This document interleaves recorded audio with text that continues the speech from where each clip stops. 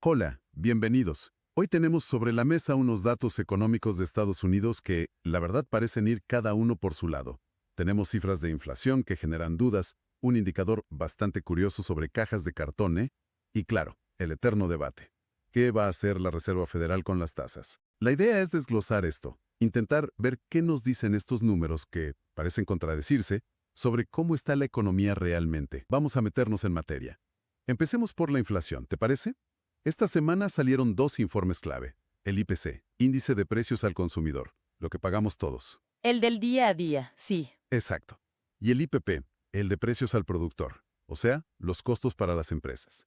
El IPC, bueno, más o menos estable, lo esperado. Pero el IPP, ¡ay, el IPP! ¿Ese sí dio de qué hablar? Vaya que sí. Subió un 0.9% en solo un mes. Se esperaba apenas un 0.2%, ¿no? Correcto, una desviación enorme. Y si miras el dato anual, la inflación al productor saltó al 3.3%. La previsión era 2.5%. Son niveles altos, ¿eh? Los más altos desde aquel pico de 2022. Y todo indica que los aranceles son la causa directa. Porque esto es, digamos, preocupante ahora. Bueno, lo llamativo aquí es justamente eso. Como una medida, los aranceles, se refleja casi de inmediato en los costos de las empresas. El IPP nos da esa foto. Aunque el IPC, lo que paga el consumidor final, no subió tanto, esto sugiere algo importante. Las empresas, por ahora al menos, están como absorbiendo parte de ese golpe. Amortiguando el impacto. Aguantando el chaparrón, digamos. Exacto, pero es una señal clarísima de que esa presión de costos por los aranceles está ahí filtrándose en la economía. Eventualmente esto podría, y probablemente lo hará, reflejarse más en los precios que vemos en las tiendas. Además, ojo, este dato del IPP de julio va a influir directamente en el PCE, que es el indicador de inflación que la Fed mira con lupa.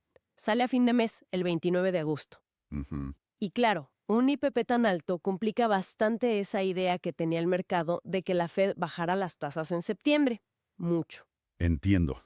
O sea, más presión inflacionaria por el lado de los productores, justo cuando se debatía si relajar un poco. Pero a ver, mientras los costos suben, hay otras señales. ¿Quién iba a decir que estaríamos hablando de cajas de cartón? Es curioso, ¿verdad? Pues sí, según la Filler Box Association, las ventas de cajas de cartón en Estados Unidos cayeron en el segundo trimestre. De hecho, a su nivel más bajo desde 2015. International Paper, un gigante del sector, también reportó una caída del 5%. La lógica detrás de esto es simple, ¿no? Menos cajas vendidas podría ser señal de menos actividad manufacturera, menos envíos, menos movimiento en el comercio minorista. Exactamente. Y esto es relevante porque el gasto del consumidor es como el 70% del motor de la economía estadounidense, del PIB. Habrá que estar atentos a los resultados de los grandes minoristas esta semana. Home Depot, Target, Walmart.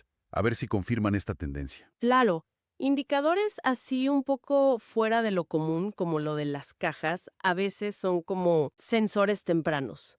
Pueden captar tendencias en el consumo o en la industria antes que los datos oficiales, más lentos. Si realmente hay una debilidad ahí, podríamos empezar a verla reflejada pronto en los reportes de ganancias de esas grandes cadenas. Es fascinante cómo algo tan cotidiano puede ser una pista económica, la verdad. Totalmente.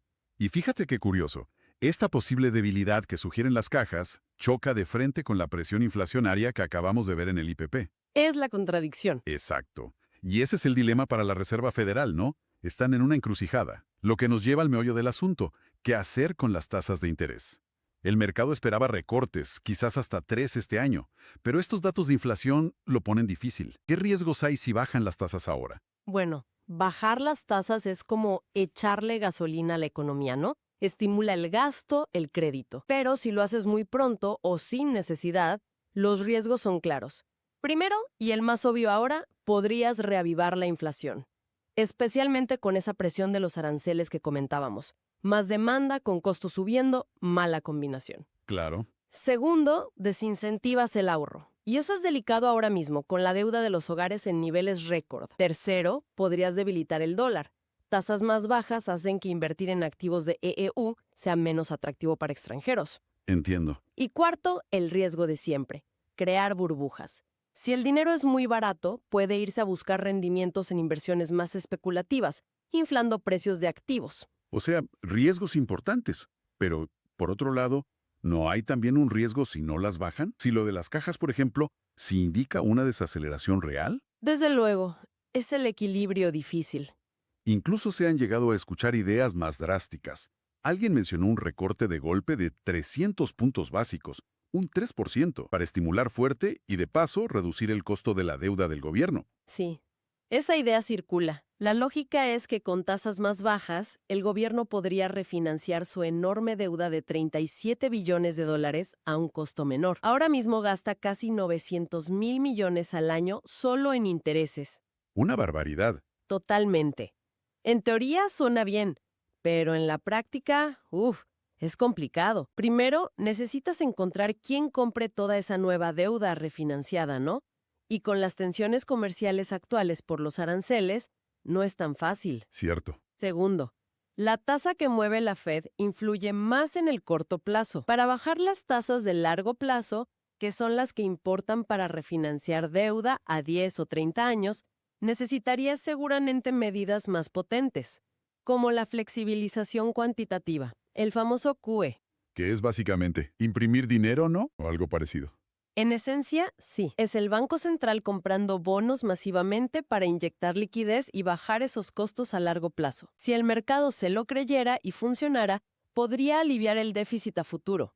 Pero el riesgo de un recorte tan bestia como ese 3% es enorme. Podría disparar la inflación fuera de control y hundir la confianza en el dólar.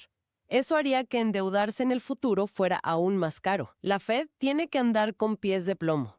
Está claro. Entonces, resumiendo un poco, tenemos presiones inflacionarias que vienen de los costos de las empresas, posiblemente por los aranceles. Por otro lado, señales como las cajas de cartón que podrían indicar un enfriamiento del consumo. Y en medio, un debate súper intenso sobre si la Fed debe subir, bajar o quedarse quieta con las tasas. Están caminando sobre hielo fino.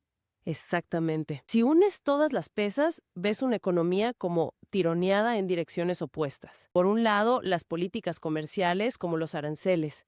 Por otro, las expectativas de los mercados financieros. Y luego, los datos reales, que a veces, como vemos, no encajan perfectamente. Y esto nos deja una pregunta interesante para reflexionar, ¿no? En un entorno tan complejo, con señales tan dispares, ¿a cuáles deberíamos hacerle más caso? ¿Qué nos dice realmente hacia dónde va la economía? Es algo para darle una vuelta.